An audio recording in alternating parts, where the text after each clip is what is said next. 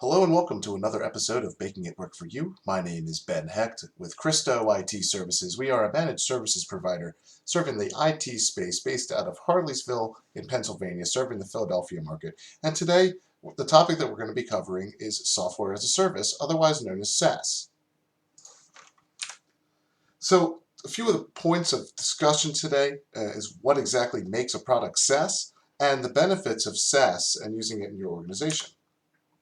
In the wild world of cloud hosting your IT systems, one of the best decisions you can make for your company is to embrace the software as a service version of your line of business applications. A lot of companies do offer some form of private hosting for their product, but it's not always a true SaaS deployment. So when considering a SaaS product, there are 5 main attributes to look out for when considering your application hosting options. First, the product is sold directly by the maker of the product or by certified partners of the company. You should be able to go to a website and buy it directly from them or by a reseller of their product channel. And most importantly, the product licensing and payments will all go directly through the maker of the product. Secondly, the product being sold is also being hosted by the company that created the application. There would be no third-party hosting partners in the hosting process. Third, the customer support is being provided by the company that created the application, which makes perfect sense because they should also be hosting the product as well. Server upgrades, server hardware, version upgrades, and migrations are now shouldered by the creator of the product. And finally, all-inclusive licensing models where everything is listed on the screen is provided by the creator in a predictable licensing model is true SaaS.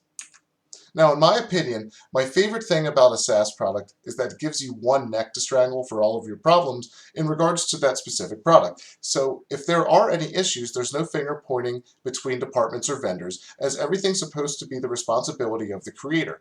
One company is responsible for every single function of your product.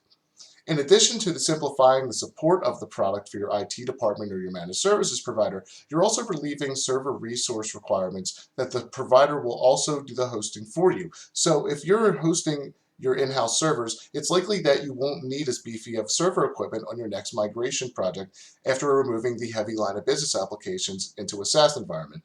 If your company is hosted in the public cloud like Azure, you'll notice monthly cost reductions on your server hosting because you're going to simply use less resources.